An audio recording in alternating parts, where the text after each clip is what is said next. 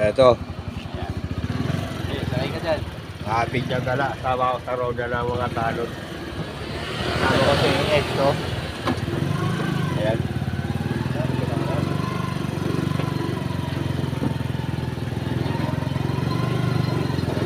Si Exo. Jesus Pagante. Makapit niya gala. Sa kanyalawang talon. Mama ko sa roda. Well, yung ano, rodo, yung picture lang doon ha. Si B-Boy. pa doon. B-Boy. Ang tira ng pusa. Ayan. Hindi kakainin ng pusa. Malalaman yung mga kaganapan, mga kapitsagala yung ano, pagroronda ng ano, mga tano dito sa may barangay 134.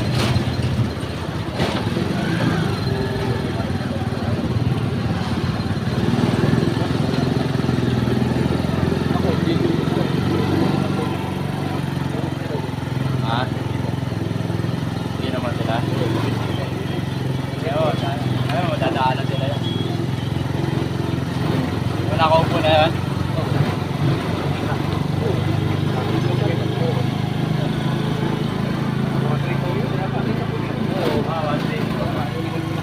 Nag-walking pa nga yun eh.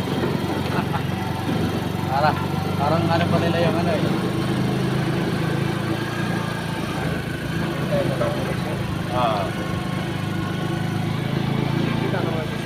Dito kami sa ano, Mariano Ponce.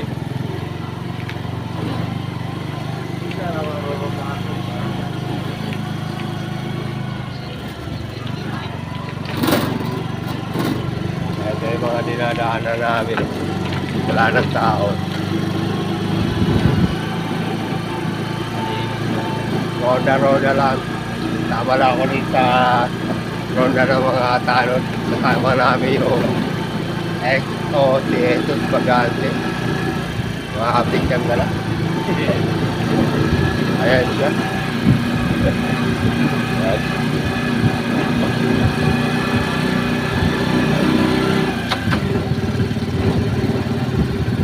Dati nung araw mga kapit niyang gala nung si Kapitan Mansi pa yung naalala na kapitan. Ako yung nagmamaniho ng ano, ng ano namin ng patrol namin para mag-ronda. Napakarami kong karanasan nung talon pa ako. Nandiyan yung punta kami ng hospital para dalhin yung mga nare-rescue namin na may na-injury. Kasama ko si Exodus, parang Jerry. Parang Jerry pa rin. Parang Jerry... Ano? Yung exo namin sa barangay noong panahon pa ni Kapitan Mante. Ito, si parang Jerry, ano, Mendoza. Dating exo namin yung sa barangay. Mga nagre-report sa barangay doon na nire-rescue namin, mga inaabuso ng mga amo na hindi pinapasahod, hindi pinapalabas ng bahay. Punta kami rin sa bagong baryo, malapit sa tawiran ng internal doon sa may barangay doon. Papunta ng internal bagong baryo. Punta kami rin, pabalik-balik pa kami rin para Jerry para ano, i-report yung mga pangyayari na tungkol nga doon sa mga batang menor de edad na pumasok ng katulong. Napakarami mga mga kaganapan ang ginagawa namin. Sa likuran.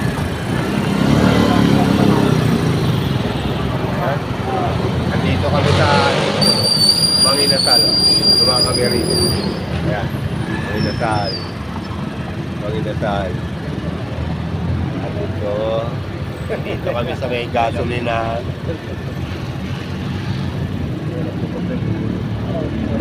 At gasolina. Uni oil. Sa taas.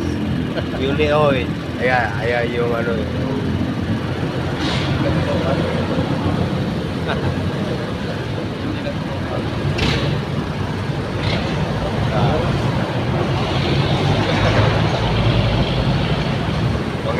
Manginasal, kunti lang customer.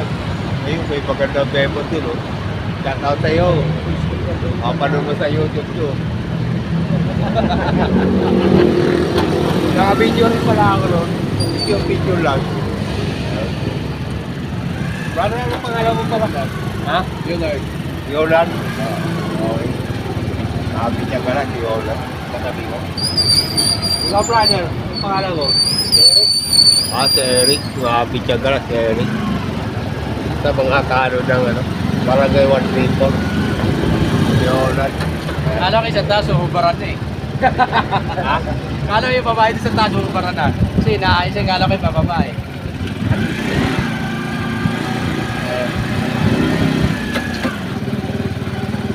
Yun dati nga eh, kwento ko sa'yo, Suta. Ano na, patapos na yung duty namin. Nagro-rondo pa ako. Excited ako kasi natuto na ako no maneho ng motor nun. Pagdating ko ng barangay, sirado na. Sirado na yung barangay. Nandun na sila sa babalaan. Siguro mga alas 6 pasado na. Kaya lang mag-isa nagro-robing. Ako na lang mag-isa. Kasi hanggang alas 4 yung tinagdali kapital eh. Alam mo, Mainit ko. nung panahon na tanod pa kami, yung kwento ko lang ha, nagluluto kami noon. Namamaligya ako noon ng kakainin namin. Luluto kami dyan sa may kanto ng Tiragpas. May ginawa ko noon na luto. Hindi uli nga lutuan. Kaya hindi kahoy. Malaking noon. Kasama tagay-tagay. Walang tagay-tagay noon. Walang tagay-tagay pag kumakain kami noon. Nagluluto kami noon. Tatanungin ako ni Corazon. Yung leader namin sa sa barangay. Yung pinaka-leader namin. Si Corazon yun. Corazon Abegas. Pinaka-leader namin yun. Tanungin ako nun. Ano lulutuin natin? Bahala na. Malingga ako noon. Halos bisan, umaabot ng 500 plus eh. Samantalang yung magkano lang yung sahod namin sa barangay. Isang buwan. Ano lang? Mababa lang, 900 lang. Hindi ko alam kung magkano ba sahod ngayon sa barangay. Ngayon, 1-1. 1-1 ha? Panahon ni Mante, tataw sa'yo, kami na Mante. 900, isang buwan. Nag-resign ako nun, wala ako sa Manalog kasi isang araw kasi kinikita ko yung 900 plus. Umabot ko na 1.5 o 2,000. Nagtitino pa ako ng Selecta no. Ano ito, igagarahin mo na? Ikot pa? O, sige, tama ako. Ito, pitsang gala. Tama-tama na ako sa Honda. Habang nagkikwento nung yung tanod pa ako. Yan. Diyan kami nagluluto, sa kanto na yun, sa kanto ng Tiragpas. Ang dami ko dinadalang mga gamit yan sa bahay para mga gamit sa pagluluto. Lahat ng tanod, kahit di tanod, kumakain dyan.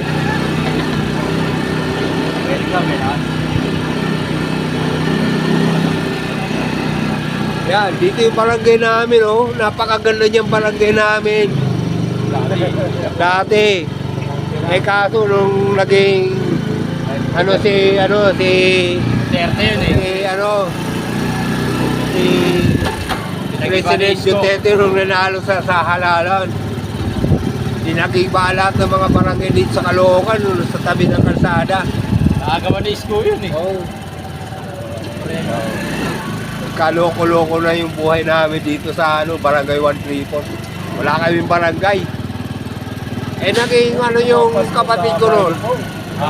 Yung hipag ko si Jenna. Si Jenna. Naging sekretary ng barangay. Ang ngayon ang nangyari, yung bahay namin naging barangay barangay hall na yung bahay namin. Lahat ng mga pupunta ng tao, doon na sa mga bahay pupunta.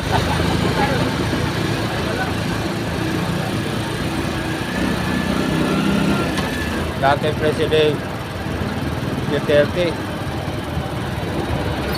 lahat kami na-apigwan dito nung pinag-ibabot lahat ng mga barangay dito sa may Caloocan. Oo nga. Napakarami na apektuhan. Lalo na ng pandemic. Malaki yun. Na-stress ako noon, dami stress namin noon. Kasi lahat ng tao na kaganapan, sa bahay pumupunta. Sa bahay pumupunta. Lahat ng Oo. I-upload ko sa YouTube. Kwento lang to. Nung kaganapan na kanon pa ako. Ito talagang totoong pangyayari to. Dati President. Ito na, dito ulit kami sa may Union. Pangalawang balik namin to. Panginasal, ayan. Ayan.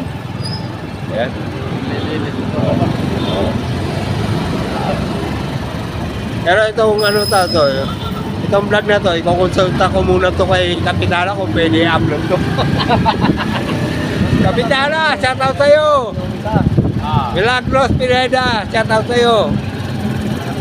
Sama-sama lang ako din sa ronda ni Jesus Magante. Ayan siya. At ang dalawang talon. Ayan. Ano ang problema yun? I-upload mo yun eh. Vlogger to. Baka marami pang tao na. May mga GT9, ayun. Ibang eh. Nandito kami sa Tinyo.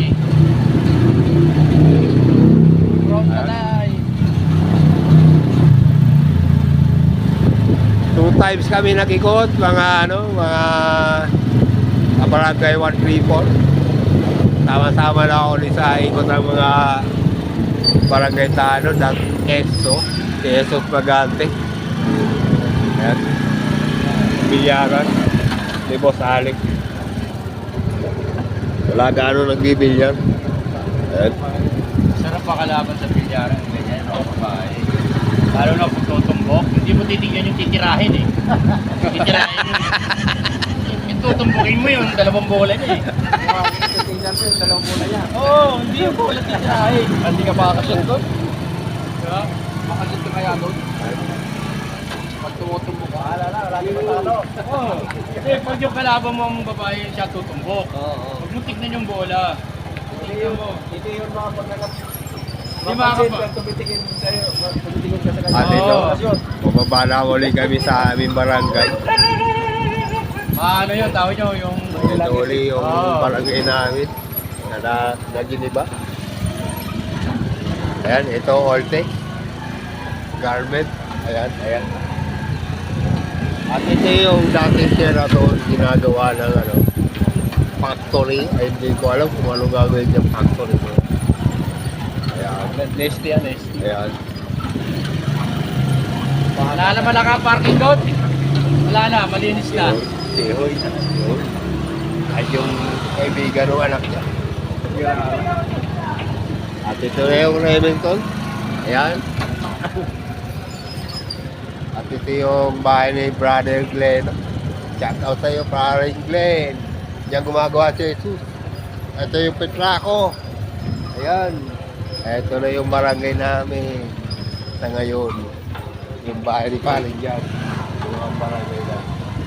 Ayan, dito lang kami. Tantungan. Ayan, pinaparada na mga Pichanggala. At dito na ako magpapaalam. Malapit na.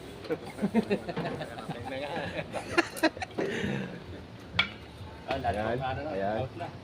Ayan. Ito yung tanod na ano. Sama-sama lang ako sa ikot-ikot ng mga tanod at Barangay Exo, si Jesus Magante. Brother, anong uli pangalan mo? Leonard ko yan, Leonard. Leonard. Mga Pichanggala, si Leonard. At Eric. ikaw, brother? Eric. Eric. Ayan. Eric, brother. At dito na ako magpapaalam.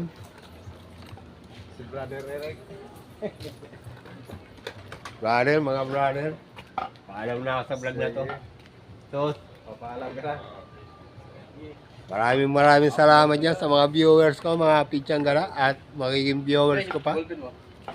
Magiging viewers ko pa. Babay na, and pass out. At ayun si Boboy. Yung taga-pamahala ng mga scrap dito at basura. Ayan. Hanggang ngayon nag-aabang ng mga darating na truck. Ayan. Ayan si Biboy, oh. Si Biboy Magante. Dito ni ano yan, ng EXO namin. Ayan. Si Jesus Magante. Si ano? Si Biboy Magante. Ayan. Siya yung mga ano dyan, mga ngungulik na mga basura kung saan-saan. Ayan. Bye-bye na, impes out.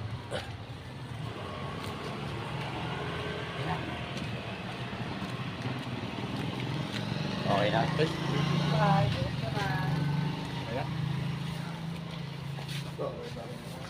Bye-bye na.